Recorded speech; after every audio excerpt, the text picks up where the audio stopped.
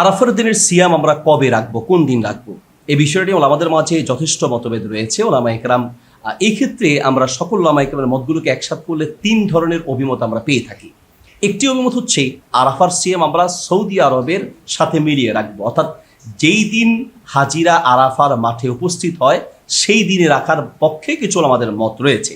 আরেক পক্ষের ওলামা ইকরাম বলে থাকেন যে না, আরাফার দিন বলতে কুরবানির ঈদের দিনের আগের দিন, সেই হিসেবে আমাদের বাংলাদেশ হিসেবে 9 জিলহজ হয়ে থাকে, অর্থাৎ 9 জিলহজ আরাফার সিয়াম রাখবো।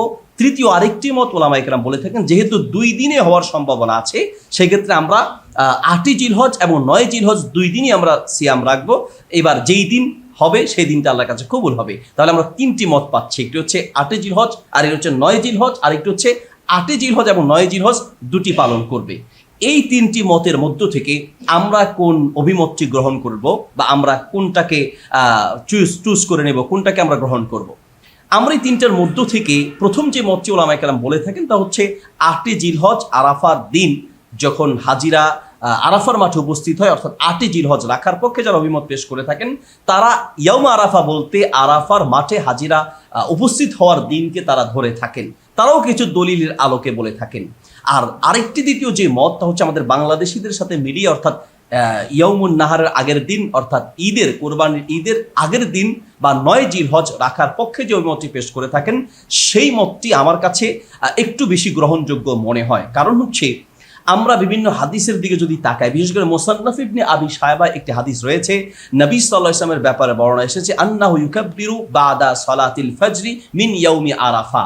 তাকবীরে তাশরিকের যেই তাকবীরটা শুরু হয় আমরা সকলেই জানি, সেটা আমাদের দেশে আমরা শুরু করি ইয়াউম আরাফা, অর্থাৎ 9 জিলহজ ফজরের পর থেকে 13 জিলহজ আসর পর্যন্ত। এটা কিন্তু সারা বাংলাদেশের সমস্ত ওলামায়ে কেরাম এবং সকলেই ব্যাপারে একমত যে আমরা আমাদের বাংলাদেশে আমরা তাকবীর শুরু করি 9 জিলহজ ফজরের পর থেকে 13 জিলহজ আসর পর্যন্ত। 9 জিলহজ থেকে যে আমরা শুরু করি ওই দিনটাকে কিন্তু হাদিসের ভাষায় ইয়াউমে আরাফা বা আরাফার দিন বলা হয়েছে। মুসান্নাফ ইবনে আবি শায়বা একদম মুসান্নাফ ইবনে আবি শায়বা স্পষ্ট বলা আছে মিন ইয়াউমি আরাফা, আরাফার দিন ফজরের পর থেকে তিনি শুরু করেছেন। তাহলে 9 জিলহজকে আমরা কিন্তু আরাফার দিন হিসেবে ধরেই তাকবীর শুরু করছি। তাহলে আমরা আরাফার সিয়ামের ক্ষেত্রেও 9 জিলহজকে আমরা সাব্যস্ত করতে পারি।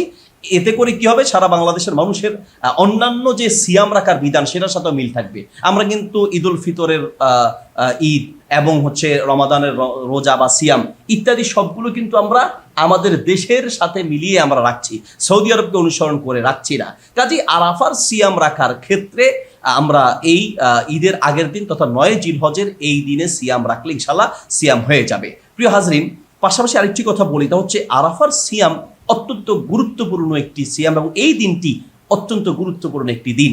আরাফার সিয়ামের ব্যাপারে নবী সাল্লাল্লাহু আলাইহি ওয়াসাল্লাম বলেছেন এই সিয়ামটি পূর্বের 2 বছরের গুনাহ আল্লাহ তাআলা ক্ষমা করে দিবেন। পূর্বের 1 বছর এবং পরের 1 বছরের সর্বমোট 2 বছরের গুনাহ আল্লাহ ক্ষমা করে দিবেন। সুবহানাল্লাহ। একটি সিয়াম আপনার 2 বছরের অপরাধকে ক্ষমা করিয়ে দিবেন। এছাড়াও আরো ফজিলত রয়েছে। 1 নম্বর ফজিলত বললাম। 2 নম্বর আরাফার দিনের আরেকটি ফজিলত হচ্ছে এই দিনের ব্যাপারে আল্লাহ তাআলা কসম করেছেন। সূরা বুরুজের 3 নম্বর আয়াতে আল্লাহ বলেছেন ওয়া শাহিদি ওয়া মাশহুদ। মাশহুদ বলতে এখানে আরাফার দিনকে বোঝানো হয়েছে। তার মানে আল্লাহ তাআলা কোনো বিষয়ের গুরুত্ব বোঝানোর জন্য তিনি কসম করে থাকেন, আরাফার দিনের ব্যাপারে কসম করেছেন। 3 নম্বর এই দিনের ফজিলত হচ্ছে এই দিনে ইসলাম পরিপূর্ণ হিসেবে ঘোষণা দেওয়া হয়েছে। সূরা মায়েদার 3 নম্বর আয়াতে আল্লাহ তাআলা নাযিল করেছেন এই দিনে আল ইয়াউমা আকমালতু লাকুম দীনাকুম ওয়া আতমামতু আলাইকুম নি'মাতি ওয়া রাদিতু লাকুমুল ইসলামা দীনা। ইসলাম পরিপূর্ণ বলে যে ঘোষণা সেটা কিন্তু এই দিনেই ঘোষণা দেওয়া হয়েছে। 4 নম্বর এই দিনের আরেকটি ফজিলত হচ্ছে এই দিনে দোয়া কবুল হয়। অনেকে মনে করে থাকেন শুধুমাত্র আরাফার হাজিদের জন্য এই দিনে দোয়া কবুল হয়, আসলে বিষয়টা এমন নয়। অধিকাংশ ওলামায়ে কেরামের মত হচ্ছে যে হাজিরা যেমন এই দিনে দোয়া কবুল হওয়ার যে ফজিলত পাবেন, হাজি সাহেব ছাড়া অন্যদের জন্য এই দিনে দোয়া কবুলের ফজিলতের এই মর্যাদা তারা পাবেন। কাজে এই দিনে আমাদের দোয়া করা উচিত, যেহেতু কবুল হওয়ার সম্ভাবনা খুব বেশি। 5 নম্বর এই দিনের ফজিলত হচ্ছে আল্লাহ তাআলা বনি আদম থেকে তিনি স্বীকৃতি নিয়েছেন এই দিনে। আল্লাহ তাআলা যে প্রশ্ন করেছেন আলাস্তু বিরব্বিকুম, আমি কি তোমাদের রব নই, এই যে প্রশ্ন, এই প্রশ্নটাও কিন্তু এই দিনেই করা হয়েছে। 6 নম্বর এই দিনের ফজিলত হচ্ছে আল্লাহ তাআলা এই দিনে এত অসংখ্য মানুষকে জাহান্নাম থেকে মুক্তি দিবেন, পৃথিবীর অন্য কোনো দিনে এত মানুষকে একদিনে ক্ষমা করবেন বলে কোনো প্রমাণ নেই, কিন্তু এই দিনের ব্যাপারে আলাদাভাবে স্পেসিফিক আলাদা হাদিস রয়েছে, নবী সাল্লাল্লাহু আলাইহি ওয়াসাল্লাম বর্ণনা আছে। তার মানে এই দিনে সবচেয়ে বেশি তিনি মানুষকে জাহান্নাম থেকে মুক্তি দিবেন। কাজে আমাদের এই দিনে দোয়া করা উচিত, ক্ষমা প্রার্থনা করা উচিত, সিয়াম রাখা উচিত, এবং আমরা আল্লাহ তাআলার কাছে মনের সকল নেক কামনা বাসনাগুলো উপস্থাপন করা উচিত। আল্লাহ তাআলা তৌফিক দান করুন। জাযাকুমুল্লাহ খায়র। এরপর প্রশ্ন হচ্ছে, কোরবানি ভাগে কোরবানি দেওয়া যাবে কিনা, এই বিষয়ে নিয়ে মতভেদ রয়েছে, সঠিক উত্তরটা কি হবে? ভাগে কোরবানি দেওয়া যাবে কিনা এই নিয়ে অল্প কিছু উলামায়ে কেরাম ইখতিলাফ করে থাকেন। অনেক উলামায়ে কেরাম, অধিকাংশ উলামাদের এবং জমহুর উলামাদের মত হচ্ছে ভাগে কোরবানি দিলে কোরবানি হবে। কিছু সংখ্যক আলেম আছেন, গুটি কয়েক, একেবারে হাতে গোনা অল্প কিছু আলেম উলামায়ে কেরাম আছেন যাদের মত হচ্ছে সফরে গিয়ে ভাগে কোরবানি দিলে কোরবানি হবে, কিন্তু মুকিম অবস্থায়, বাড়িতে থাকা অবস্থায় ভাগে কোরবানি দিলে কোরবানি হবে না। দলিল কি? দলিল হচ্ছে যে রাসূল সাল্লাল্লাহু আলাইহি ওয়াসাল্লাম বা সাহাবায়ে কেরাম সফরে গিয়ে ভাগে কোরবানি দিয়েছেন, বাড়িতে থাকা অবস্থায় ভাগে কোরবানি দিয়েছে এমনটা প্রমাণ পাওয়া যায় না। এই কথা সত্য যে রাসূল সাল্লাল্লাহু আলাইহি ওয়াসাল্লাম বাড়িতে থাকা অবস্থায় বা মুকিম অবস্থায় সাহাবায়ে কেরাম ভাগে কোরবানি দিয়েছেন এমনটা প্রমাণ নাই, কিন্তু সফরে যে দিয়েছেন এর প্রমাণ আছে। আল বাকারাতু আন সাবাতিন ওয়াল জাজুরু আন সাবাতিন ওয়াল বাদানাতু আন সাবাতিন, এরকম অনেকগুলো রিওয়ায়াত আছে। নাহারনা মান নবী সাল্লাল্লাহু আলাইহি ওয়াসাল্লাম আমাল হুদাইবিয়া, আমরা নবী সাল্লাল্লাহু আলাইহি ওয়াসাল্লামের সাথে কুরবানি দিয়েছি। আল বাকারাত আন সাবাতিন আল বাদানাত আন সাবাতিন, 7 জনের পক্ষ থেকে একটা গরুতে অংশগ্রহণ করেছি। এখন সফরে দিয়েছেন, তো সফরের জন্যই কি খাস মুকিম অবস্থায় দেওয়া যাবে না? বিষয়টি কি এরকম? উত্তর হচ্ছে এরকম না। বলতে পারেন তাহলে মুকিম অবস্থায় দেন নাই কেন? মুকিম অবস্থায় ভাগে কোরবানি দেওয়ার প্রয়োজন হয় নাই।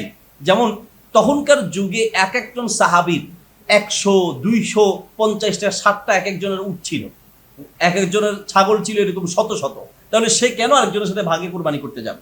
গরু ছিল অহরহ, এক একজনের অসংখ্য উট ছিল, তো সে একজনেই তো একজনের কাছে, এক একজনের কাছে এত উট থাকলে সে ভাগে কেন কোরবানি দিতে যাবে? যখন সফরে গিয়েছে, পশুর সংখ্যা কমে এসেছে, তখন দরকার হয়েছে, প্রয়োজন বিধায় সেখানে তারা ভাগে কোরবানি দিয়েছেন। যেমন আমাদের বাংলাদেশে ধরেন, কেউ কি ভাগে হাঁস জবাই করবে, ভাগে মুরগি জবাই করবে? না, কারণ হাঁস মুরগি অ্যাভেলেবেল আছে, এখানে ভাগে জবাই করার কোনো প্রয়োজন নাই।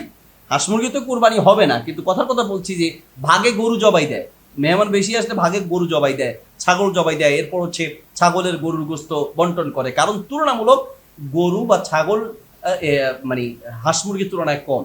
তো হাঁস মুরগি যেহেতু বেশি, এই জন্য ভাগে আর হাঁস মুরগি জবাই দেওয়া লাগে না।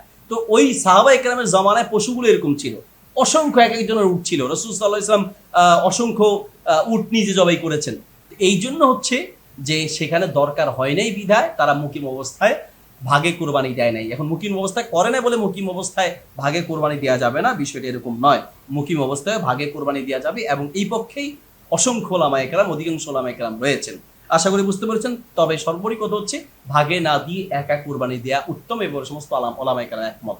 সর্বোত্তম কোরবানি হচ্ছে উট দিয়ে দেয়া, তারপরে হচ্ছে গরু, তারপর হচ্ছে ছাগল, তারপরে হচ্ছে ভাগে।